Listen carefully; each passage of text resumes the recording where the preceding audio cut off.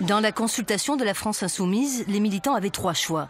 L'abstention au second tour, le vote blanc Choix 2, je vote Emmanuel Macron. ou le vote Emmanuel Macron. Je m'abstiens. Comme tous les insoumis, le maire de Grabel, René Revol, ami de longue date de Jean-Luc Mélenchon, attendait les résultats cet après-midi dans sa permanence.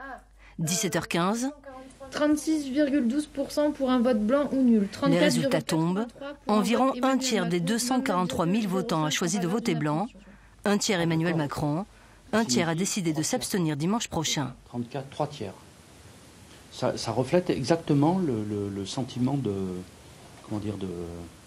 partage qu'il y avait dans tous les gens qu'on rencontre depuis une semaine.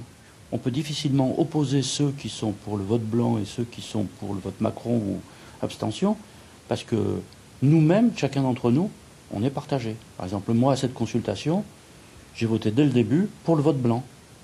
Mais je ne peux pas vous garantir que dimanche prochain, je ne mettrai pas un bulletin Macron. Je vais réfléchir. Sur la base de ce résultat, je vais continuer ma réflexion.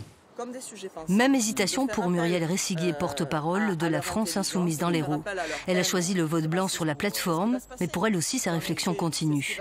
Une chose est certaine, c'est leur opposition au Front National. La seule consigne qui a été donnée, ça ne faisait pas partie des choix, c'était pas une voix pour le Front National. Et si on l'a donnée, c'est pas un hasard, c'est parce que c'est à l'antipode de toutes les valeurs, de l'avenir en commun, de tout ce qu'on a porté pendant la campagne des présidentielles, de tout ce qu'on continuera à porter pendant la campagne des législatives.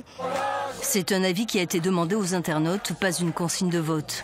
Orphelins à ce second tour de la présidentielle des projets de société qu'ils portent, les insoumis sont déjà mobilisés pour les législatives.